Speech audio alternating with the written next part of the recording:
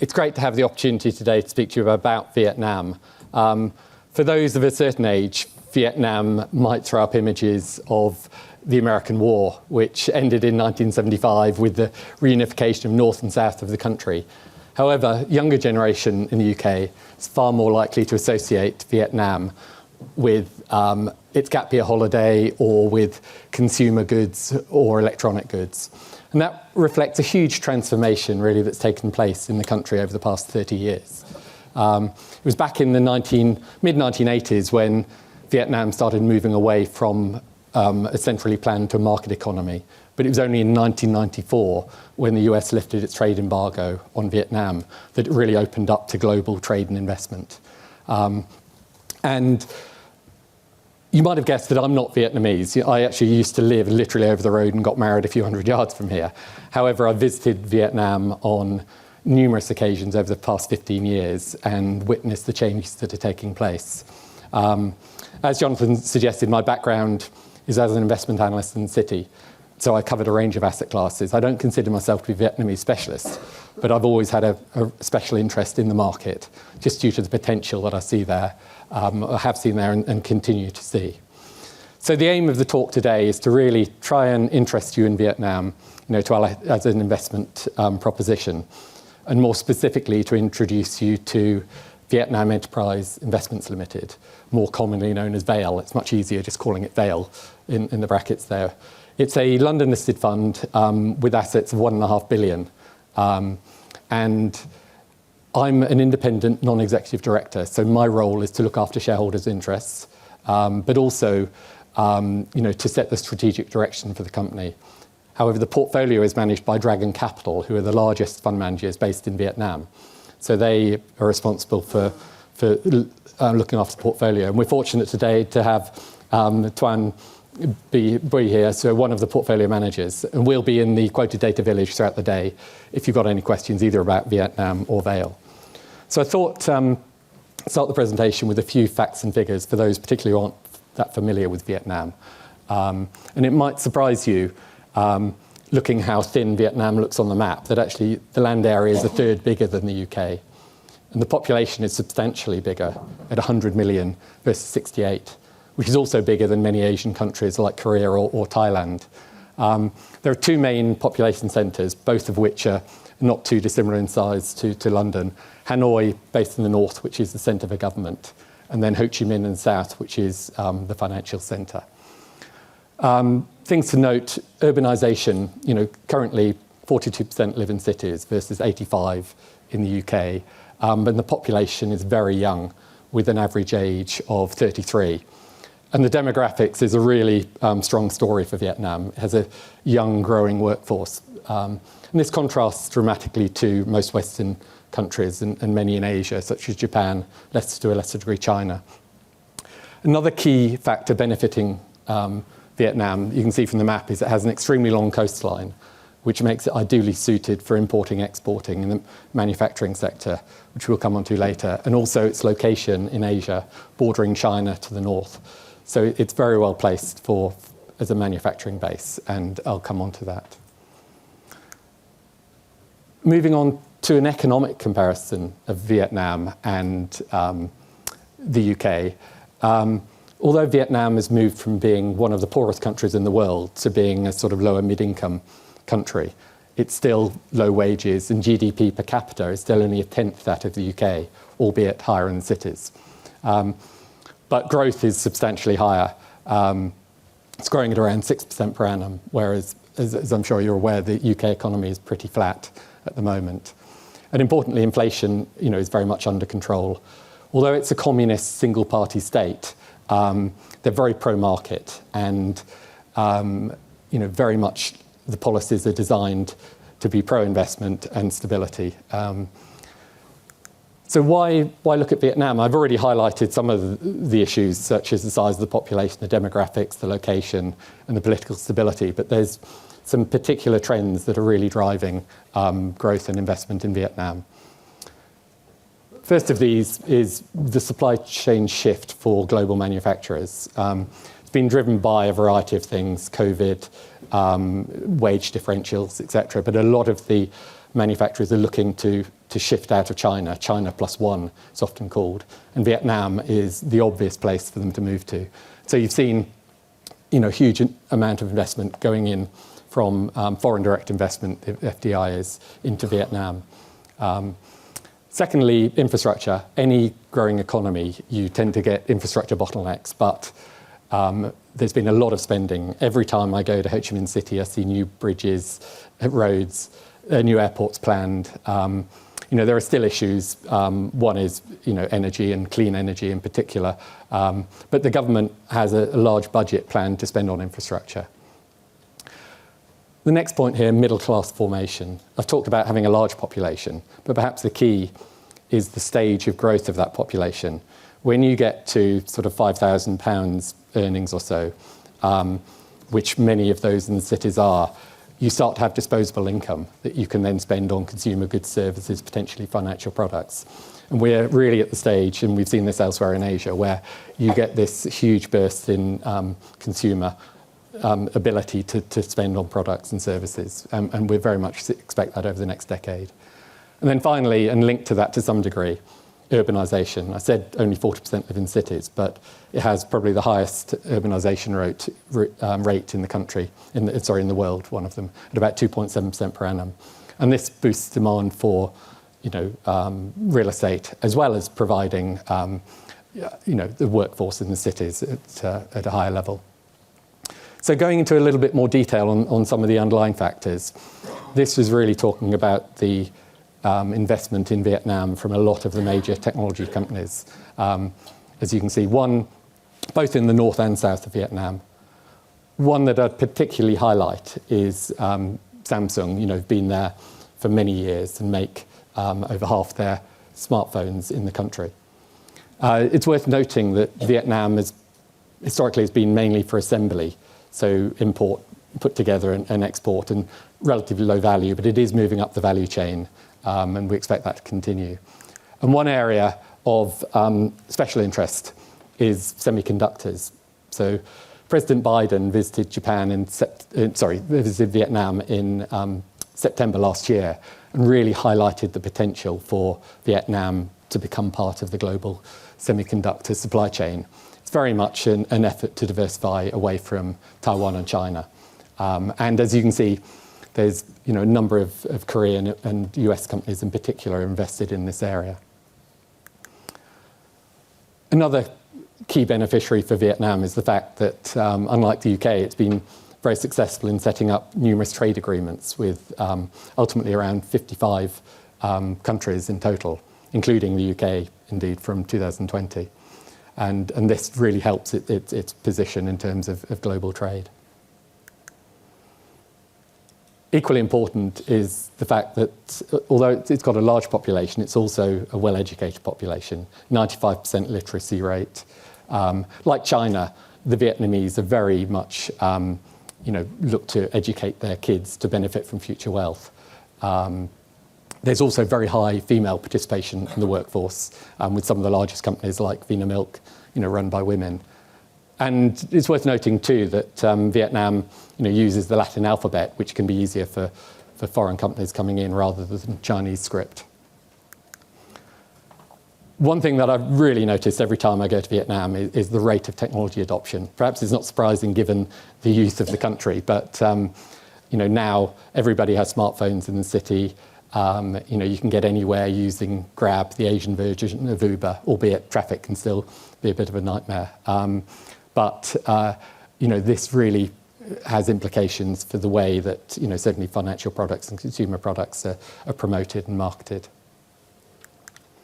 One thing I haven't talked about at all is tourism. That's again a helpful addition to GDP growth, and it really took a dive during COVID, unsurprisingly, with the country being closed, but it's picked up strongly, and other than China, where there's still a lag for visitors. You don't need a visa if you're visiting from the UK, and I'd suggest it's well worth going. I'm heading out there with my wife and family next month, in fact, for another holiday. So in summary, in terms of the economy, other than a dip during COVID, you're seeing very consistent growth at around 6-7% per annum. Inflation's low, and actually interest rates came down last year, one of the earlier countries to cut interest rates. Government debt at 36% is below self-imposed caps and compares to about 100% in the UK. Jeremy Hunt would love to be in this fiscal situation. FDI, foreign direct investment, is very strong and runs a healthy trade surplus, which means the currency against the US dollar, which is the aim to keep it stable, and it's achieved that in recent years. So from an economic point of view, it's very easy to look at Vietnam and be encouraged. So what about the stock market? How do you invest in Vietnam? And there's been a lot of growth in the stock market. It's grown around 5 times over the past decade and now has a market cap of around 200 billion sterling, which is about 58% of GDP, which compares to about 150% in the UK. There are 3 exchanges, but by far the biggest in terms of value is the Ho Chi Minh Stock Exchange. And there are a number of companies, about 50 on that, over $1 billion, so 750 million sterling, which are investable on an institutional basis, but a huge number of other companies that can be bought as well. Having said that, there are restrictions in Vietnam that can make trading difficult. So there are foreign ownership limits for most stocks of 49% or for banks of 30%, and that can make it difficult for institutions to trade. And also the free floats of some stocks are still fairly low. So for instance, the government may have listed a company but retained a significant stake in it. Also, the trade at the moment is dominated by retail investors in Vietnam, so that can lead to inefficiencies. So you really need to know what you're doing if you're trading in Vietnam directly, which obviously Dragon have had many years of doing. One thing that's worthwhile noting is that although Vietnam's large enough and liquid enough to qualify as an emerging market, it's not currently included in the major indices, FTSE and MSCI. There's a number of reasons for that, including the foreign ownership limits, but it's something the government's keen to resolve, and certainly that's on the horizon in the next few years. And if it did, that would lead to a big flow of institutional money into Vietnam stock market. It might well be time to take profits if that happens, but that's nothing to worry about at the moment. It's really upside from here.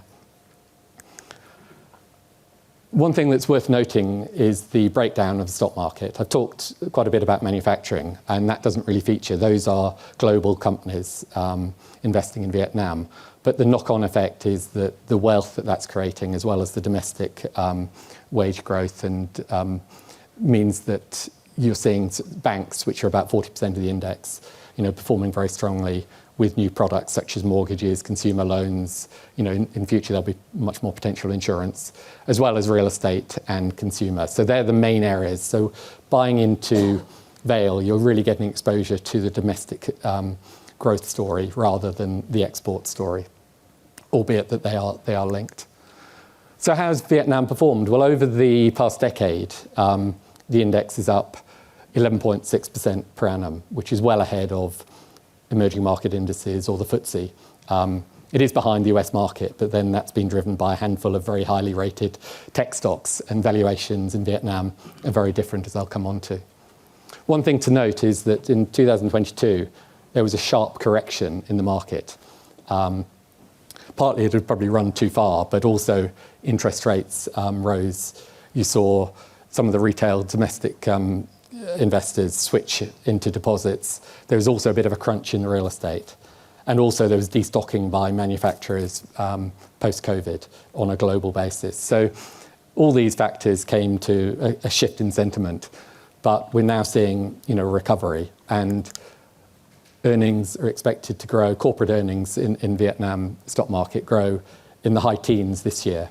And it's trading on a price earnings ratio of 10 times, which is cheap by historical standards, but also in relation to other countries, particularly India, which has had a strong run recently. So if you're looking to invest in Vietnam, how do you do it? Well, direct is very difficult for a UK retail investor, virtually impossible, even difficult for UK institutions. There are open-ended funds, but these tend to be small, high fees, often volatile, typically focused for Asian or European investors.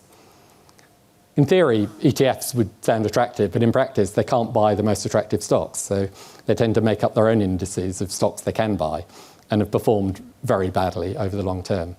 They don't give you the market. Whereas in contrast, the London-listed funds have performed very well. They've got locally based managers, and they're currently trading at wide discounts. So, they are the obvious way to gain exposure to Vietnam. And VAIL is the largest of these and the longest established. So in fact, VAIL was launched in 1995, before the stock market even existed. At that time, it invested in private companies. Now it's very much focused on listed equities, but it can also participate in IPOs or state equitization, so sales by the government. The largest shareholders are primarily institutional. So Bill Gates Foundation is there, as well as groups like Schroders and Baillie Gifford, who use VAIL as a way to invest in Vietnam. But there's a growing retail presence, and you can buy VAIL through most of the retail platforms, such as Hargreaves or Interactive Investor. So the aim of VAIL is to outperform over a rolling 3-year period, basically long-term performance. And it has, over the past decade, it's up significantly ahead of the index, of the Vietnam index, which is market cap weighted for the Ho Chi Minh Stock Exchange. But it's currently trading at a very wide discount to NAV of around 18 to 20%. This partly reflects the fact that emerging markets in general, there's a lot of investor apathy towards.